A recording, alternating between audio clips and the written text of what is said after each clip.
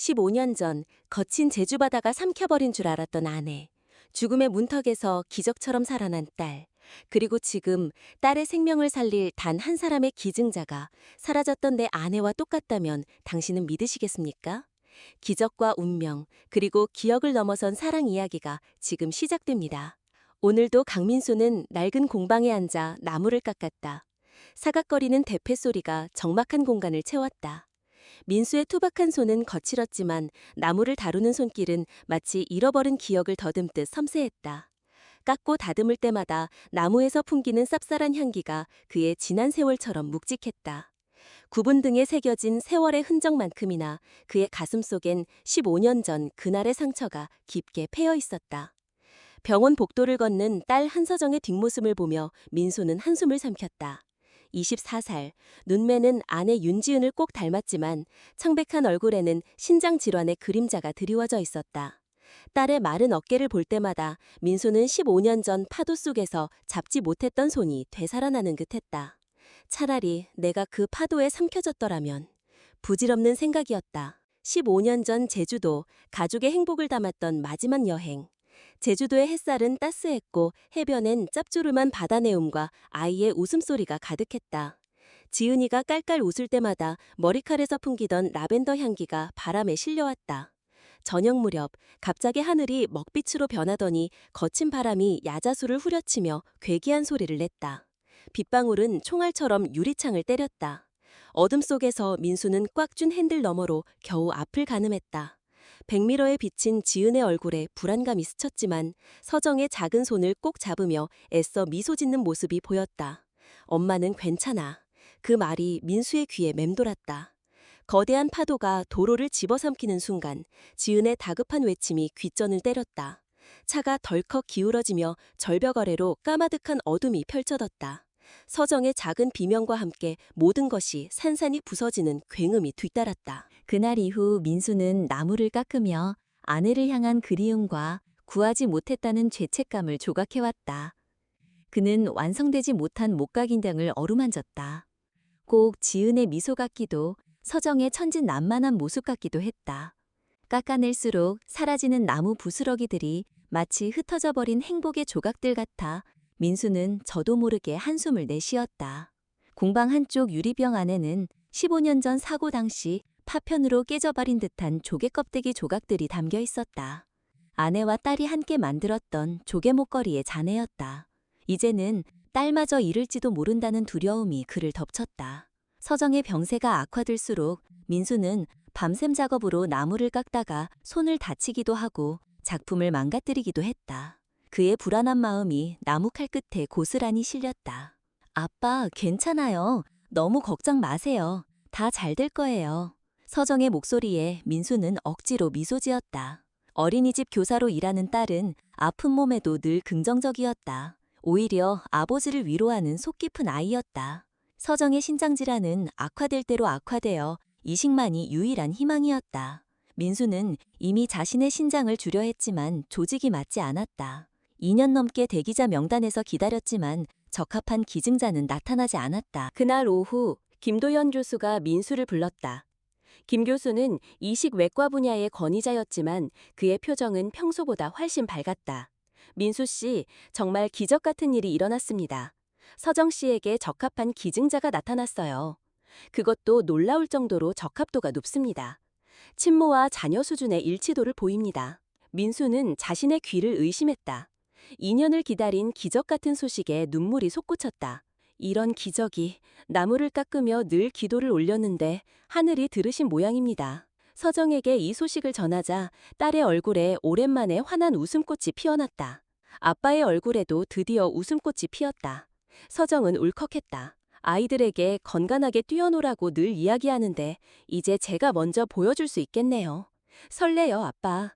이제 아빠의 어깨에 드리워진 무거운 그림자가 조금은 거칠까? 정말요? 정말 수술할 수 있다고요? 다음 날 최종 검사를 위해 병원 로비에서 쉬고 있던 민수에게 장기이식센터 코디네이터 이수진 씨가 다가왔다. 이수진 코디네이터는 지은의 기증 결정 과정이 왠지 모르게 다른 기증자들과는 사뭇 다르게 느껴졌다고 속으로 생각했다. 마치 지은이 서정의 정보를 접했을 때 한서정이라는 이름 석자가 그녀의 잠재의식 속 깊은 곳에서 알 수 없는 울림을 주었던 것 같다고. 그 아이의 눈동자가 왜 이토록 낯설지 않은지, 왜 그녀의 가슴 깊은 곳이 저릿하게 아파오는지 설명할 수 없었다. 그녀는 기증 동기를 설명할 때도 강한 직감 외에는 다른 말을 잊지 못했었다. 강민수 씨, 마침 잘 만났네요. 소개해드릴게요. 이분이 서정 씨의 기증자이십니다. 코디네이터 옆에는 50대 초반으로 보이는 여성이 서 있었다. 단정한 차림에 부드러운 미소. 민수는 그녀를 보는 순간 숨이 멎는 듯했다. 15년 전 바다에 삼켜졌던 아내 윤지은과 너무나 흡사한 모습이었다. 그녀의 미소는 너무도 선명했다. 민수는 눈을 비볐다.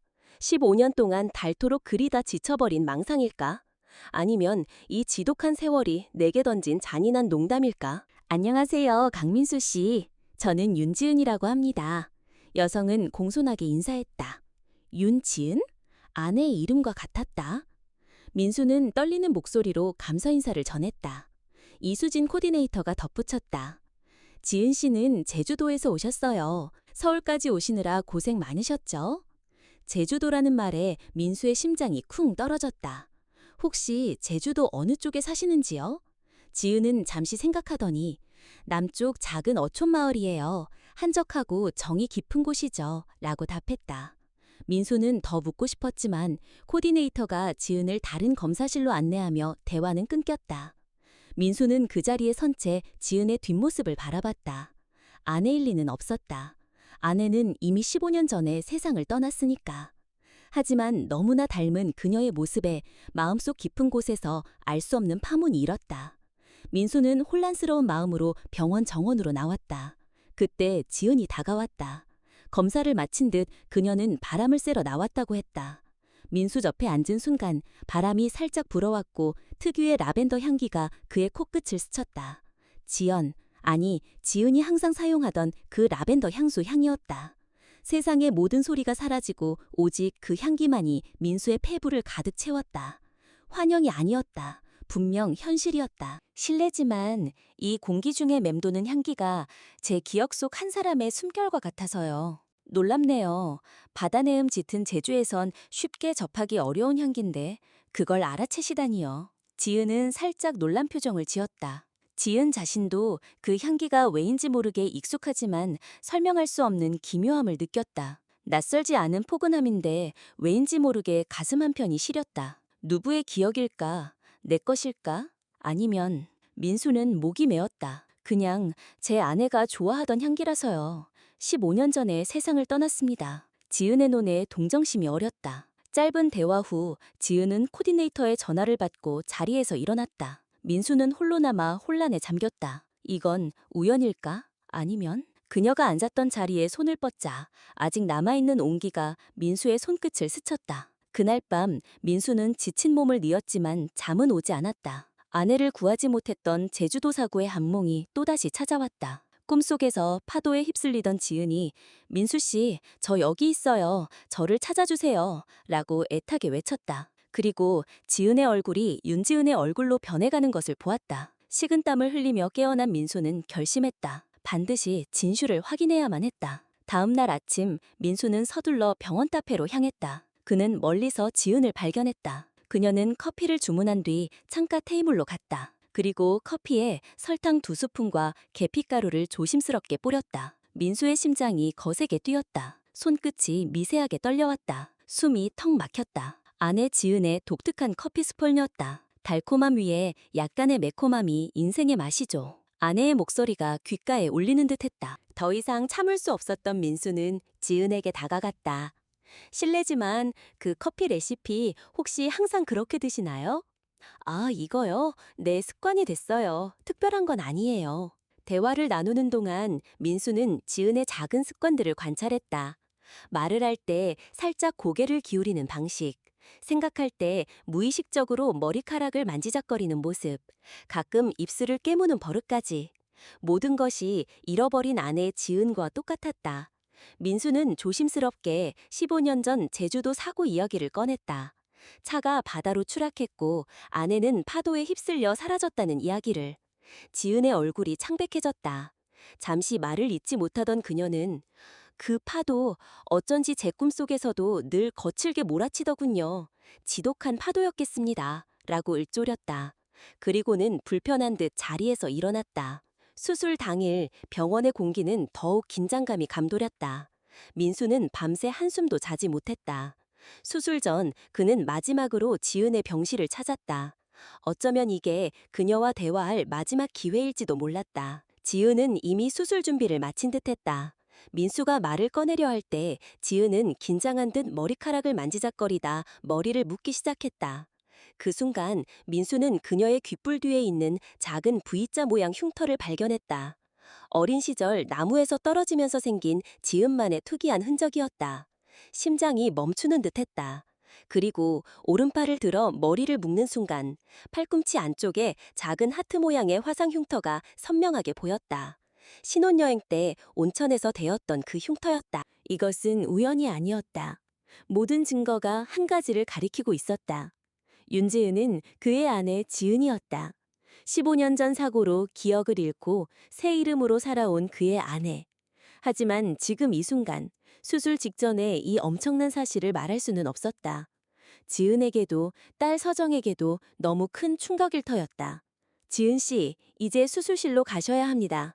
간호사의 목소리에 지은은 돌아섰다. 그녀는 민수를 향해 따뜻하게 미소 지으며 손을 살짝 쥐었다 놓았다. 걱정 마세요. 다 잘 될 거예요. 그리고 수술실로 향했다. 민수는 그 자리에 얼어붙은 채 서 있었다. 15년 만에 잃어버렸던 아내가 돌아왔고, 더 놀라운 것은 그녀가 딸의 생명을 구하기 위해 돌아왔다는 사실이었다. 민수는 천천히 수술 대기실로 향했다. 이제 그저 두 사람이 무사히 수술을 마치고 돌아오기만을 기다릴 수 있었다. 그리고 그 후에 15년 전에 끊어졌던 이야기를 다시 시작할 수 있기를 간절히 바랐다. 수술은 성공적으로 끝났다. 며칠 후 서정은 놀라운 속도로 회복하여 일반 병실로 옮겨졌고 지은 역시 안정을 찾았다. 민수는 지은에게 진실을 어떻게 말해야 할지 계속 고민했다. 그때 서정이 침대에 앉아 창밖을 바라보고 있었다. 아빠, 기증자분은 어떠세요? 제 목소리로 직접 감사하다고 전하고 싶어요. 딸의 간절한 눈빛을 본 민수는 깊은 숨을 내쉬었다. 어쩌면 이것이 가장 자연스러운 방법일지도 모른다고 생각했다. 서정이 먼저 지은을 만나고 그 후에 천천히 진실을 알려나가는 것이 좋겠다고. 수술은 성공적으로 끝났다. 며칠 후 서정은 놀라운 속도로 회복하여 일반 병실로 옮겨졌고 지은 역시 안정을 찾았다. 민수는 지은에게 진실을 어떻게 말해야 할지 계속 고민했다. 그때 서정이 침대에 앉아 창밖을 바라보고 있었다. 아빠, 기증자분은 어떠세요? 제 목소리로 직접 감사하다고 전하고 싶어요. 딸의 간절한 눈빛을 본 민수는 깊은 숨을 내쉬었다. 어쩌면 이것이 가장 자연스러운 방법일지도 모른다고 생각했다. 서정이 먼저 지은을 만나고 그 후에 천천히 진실을 알려나가는 것이 좋겠다고. 그래, 같이 가보자. 민수는 서정을 부축하며 지은의 병실로 향했다. 15년 만에 가족이 한자리에 모이는 순간이었다. 하지만 그중 두 사람은 아직 서로의 관계를 모르고 있었다. 지은은 침대에 누워 잠들어 있었다. 민수와 서정은 조용히 의자에 앉았다. 그 순간 지은이 천천히 눈을 떴다. 그녀는 민수와 서정을 발견하고 눈을 크게 떴다. 서정이 먼저 말했다. 안녕하세요. 저는 한서정이에요. 신장을 받은 사람입니다. 지은은 미소 지었다. 그녀의 눈이 서정의 얼굴을 찬찬히 살폈다. 오래전에 본 듯한 묘한 느낌이 스치는 듯했다. 지은은 알 수 없는 이끌림에 서정의 얼굴을 자세히 살폈다. 아이의 눈빛이 낯설지 않았다. 왠지 모르게 어렴풋이 어린 해녀들이 물질 중 위험에 처했을 때 본능적으로 몸이 움직여 구조했던 기억과 닮아 있었다. 윤지은은 서정의 손을 잡는 순간 잃어버렸던 어머니의 채취 같은 편안함을 느꼈다. 정말 고맙습니다. 제 생명을 구해주셔서. 지은은 따뜻하게 미소 지었다. 서정 씨가 건강해서 저도 기뻐요. 민수는 두 사람의 대화를 지켜보며 가슴이 조여들었다. 그는 용기를 내어 조심스럽게 물었다. 실례지만 지은 씨는 제주도에 언제부터 사셨는지요? 15년 전부터 제주도 남쪽 어촌마을에서 살았어요. 사실 그 전 기억은 없어요. 폭풍우가 심했던 날 저를 해변에서 발견했대요. 심한 부상을 입었고 의식이 돌아왔을 때 아무것도 기억나지 않았죠. 지은은 자신이 윤지은으로 살아온 15년간 성공적인 해녀 생활에도 불구하고 가슴 한 구석에 늘 채워지지 않는 구멍이 있었다는 것을 떠올렸다. 파도 소리가 가장 큰 위안이었지만 그 어떤 깊은 바다도 지은의 마음속 깊이 파인 구멍을 채울 수는 없었다. 늘 무언가를 찾아 헤매는 기분이었다. 지은의 말이 이어질수록 민수의 손이 떨렸다. 그는 떨리는 목소리로 마지막 질문을 던졌다. 혹시 오른쪽 팔꿈치 안쪽에 작은 하트 모양의 화상 흉터가 있나요? 지은의 표정이 경직되었다. 그녀는 의아한 눈으로 민수를 바라보았다. 어떻게 그걸 아세요? 지은은 천천히 오른팔을 들어 팔꿈치 안쪽을 확인했다. 그곳에는 분명 하트 모양의 작은 흉터가 있었다. 민수는 더 이상 감정을 억누를 수 없었다. 그의 눈에서 눈물이 흘러내렸고 떨리는 목소리로 말했다. 당신 제 지은이 맞습니까? 15년 동안 제가 깎았던 모든 그리움이 당신을 향하고 있었습니다. 지은의 얼굴이 창백해졌다. 그녀는 충격을 받은 듯 뒷걸음질 쳤다. 강민수 씨, 지금 제게 무슨 이야기를 하시는 겁니까? 저는 바다에서 건져진 이후로 오직 윤지은으로 살아왔습니다. 옆에서 듣고 있던 서정 역시 충격에 말을 잃었다. 믿을 수 없었다. 눈앞에 이분이 평생 그림자로만 존재했던 엄마라니. 기적 같았지만 동시에 15년의 공백이 거대한 질문처럼 서정을 덮쳤다. 민수는 천천히 지갑에서 오래된 가족 사진을 꺼냈다. 이 사진을 봐주세요. 15년 전 제주도 여행에서 찍은 우리 가족 사진이에요. 지은은 떨리는 손으로 사진을 받아들었다. 사진 속 여성은 분명 자신과 닮아 있었다. 라벤더 향수를 좋아하시죠? 커피에는 설탕 2스푼과 계피가루를 넣고요. 긴장할 때면 발을 동동 구르며 작게 한숨을 쉬시고, 이 모든 것은 제 아내의 습관이었어요. 당신 귓불 뒤의 흉터, 팔꿈치 안쪽의 하트 모양 흉터, 모두 당신의 흔적입니다. 지은은 혼란스러워 보였다. 그때 서정이 조심스럽게 다가와 말했다. 제가 어렸을 때 어머니가 항상 불러주시던 자장가가 있어요. 달빛 아래 작은 별이 춤을 추네. 지은의 눈에서 갑자기 눈물이 흘러내렸다. 그녀는 그 멜로디를 알고 있었다. 무의식 중에 자신이 종종 흥얼거리던 그 노래였다. 저는 항상 무언가 잃어버린 느낌이 있었어요. 바다의 넓이만큼이나. 어쩌면 제가 찾던 것이 당신들과 함께 있었던 걸까요? 지은은 서정을 바라보며 눈물을 흘렸다. 기억은 돌아오지 않았지만 이상하게도 이 모든 상황이 익숙하고 맞는 것 같다는 느낌이 들어요. 마치 오랫동안 찾아 헤매던 곳에 마침내 도착한 것 같아요. 윤지은이라는 이름으로 쌓아온 15년의 삶이 한순간에 모래성처럼 허물어지는 것 같았다. 나는 누구인가? 거울 속 자신의 모습이 낯설게 느껴졌다. 서정이 다시 조심스럽게 지은의 손을 잡았다. 지은은 본능적으로 아이의 손을 꽉 잡고 놓지 못했다. 이번에 지은은 서정의 손을 꼭 잡아주었다. 민수도 그들 옆에 앉았다. 세 사람은 말없이 서로를 바라보았다. 15년의 시간과 상처 그리고 그리움을 뛰어넘어 마침내 하나가 된 가족이었다. 기억은 여전히 파도처럼 흩어졌지만 이 두 사람의 눈빛 속에서 지은은 비로소 제 이름을 그리고 잃어버렸던 자신의 삶을 다시 찾은 듯했다. 따스한 봄 햇살이 제주도의 푸른 바다를 비추고 있었다. 수술 후 3개월이 지나 서정은 건강을 완전히 회복했다. 지은도 병원에서 퇴원한 후 민수와 서정, 그리고 김도현 교수와 이수진 코디네이터의 도움으로 기억 상실을 관리하며 서울에서 새로운 생활을 시작했다. 비록 15년간의 기억이 완전히 돌아오지는 않았지만 가끔씩 작은 파편들이 그녀의 마음에 스며들곤 했다. 서정이 운전하는 차가 해안로를 따라 천천히 달렸다. 뒷좌석에 앉은 민수와 지은은 창밖으로 펼쳐지는 아름다운 풍경을 바라보았다. 우리가 15년 전에 함께 왔던 길이에요. 민수가 지은의 손을 조심스럽게 잡으며 말했다. 서정이 차를 해변가에 세웠다. 그곳은 15년 전 사고가 났던 곳에서 조금 떨어진 아름다운 해변이었다. 세 사람은 차에서 내려 모래사장을 걸었다. 이거예요, 엄마. 제가 9살 때 엄마에게 선물했던 목걸이예요. 아빠가 15년 동안 간직해왔어요. 서정이 가방에서 오래된 조개 껍데기 목걸이를 꺼내 지은에게 건넸다. 지은은 떨리는 손으로 목걸이를 받아들였다. 그녀의 눈에서 눈물이 흘러내렸다. 민수와 지은, 서정은 해변을 따라 천천히 걸었다. 바다는 평온했고 15년 전의 폭풍우는 흔적도 없이 사라져 있었다. 한참을 걷던 지은은 문득 걸음을 멈추고 바닷가를 유심히 살폈다. 그리고는 얕은 물속에 파묻혀 있던 반쯤 깨진 유리병을 발견했다. 병 안에는 닳고 닳아 형태만 남은 조개 껍데기 조각들이 들어 있었다. 지은은 알 수 없는 이끌림에 그것을 조심스럽게 꺼내들었다. 해녀로서 수없이 많은 것을 건져 올렸지만 이 조각들만큼은 낯설지 않게 마치 제 살점처럼 느껴졌다. 아빠, 그거 아빠 공방에 있는 거랑 똑같아요. 아빠가 항상 보시던 조개 껍데기 조각들이랑요. 서정이 놀라 외쳤다. 민수의 눈이 휘둥그레졌다. 그것은 분명 15년 전 사고 당시 그들의 차가 추락했던 지점에서 발견되었던 지은과 서정이 함께 만들었던 조개 목걸이의 잔해였다. 민수는 그 조각들을 유리병에 담아 공방에 보관하고 있었다.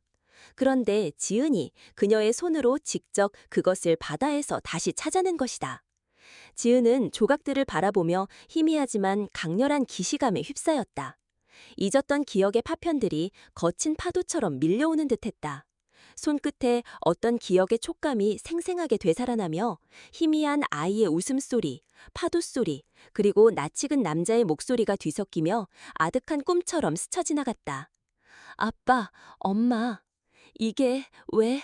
지은은 떨리는 목소리로 중얼거렸다. 민수는 지은의 손에서 조각들을 받아들고 눈물을 글썽였다. 네가 이걸 다시 찾아냈구나. 바다가 널 다시 우리에게 돌려준 거야. 세 사람은 조금 더 걷다가 바다가 잘 보이는 작은 언덕에 앉았다.